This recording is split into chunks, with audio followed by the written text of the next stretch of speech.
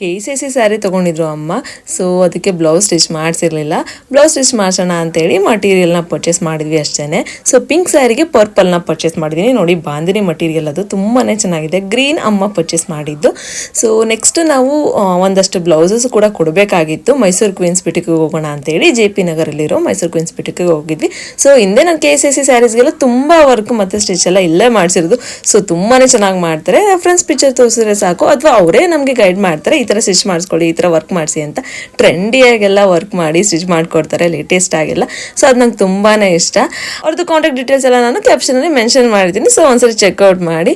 ಮತ್ತು ಫ್ರೆಂಡ್ಸ್, ಮಕ್ಳಿಗಂತೂ ತುಂಬಾ ಚೆನ್ನಾಗಿ ಸ್ಟಿಚ್ ಮಾಡಿದ್ರು. ಲಂಗ ದಾವಣಿ ಮತ್ತು ಫ್ರಾಕ್ಸು ಎಲ್ಲ ಚೆನ್ನಾಗಿ ಸ್ಟಿಚ್ ಮಾಡಿದ್ರು. ಬರ್ತ್ಡೇ ಪಾರ್ಟೀಸ್ಗಾಗಿರ್ಬೋದು, ಮತ್ತು ಏನಾದರೂ ಫೆಸ್ಟಿವಲ್ ಸೀಸನಲ್ಲಂತೂ ತುಂಬ ಚೆನ್ನಾಗಿ ಸ್ಟಿಚ್ ಮಾಡಿಕೊಡ್ತಾರೆ ಮಕ್ಕಳಿಗೆ ಲಂಗ ದಾವಣಿ ಎಲ್ಲ. ಸೊ ಅದು ಬಿಟ್ಟರೆ ಮಿಷಿನ್ ವರ್ಕ್ ಕೂಡ ಇದೆ, ಮತ್ತು ಕ್ಲಾಸಸ್ ಕೂಡ ಮಾಡ್ತಾರೆ. ಯಾರಿಗೆಲ್ಲ ಫ್ಯಾಷನ್ ಡಿಸೈನಿಂಗ್ ಕ್ಲಾಸಸ್ ಇಂಟ್ರೆಸ್ಟ್ ಇದೆ ಒಂದ್ಸರಿ ಚೆಕ್ಔಟ್ ಮಾಡಿ. ಮತ್ತೆ ಮಿಷಿನ್ ಎಂಬ್ರಾಯ್ಡ್ರಿ ವರ್ಕ್ ಕೂಡ ಮಾಡ್ಕೊಡ್ತಾರೆ. ಸೊ ಒಂದ್ಸರಿ ಚೆಕ್ಔಟ್ ಮಾಡಿ.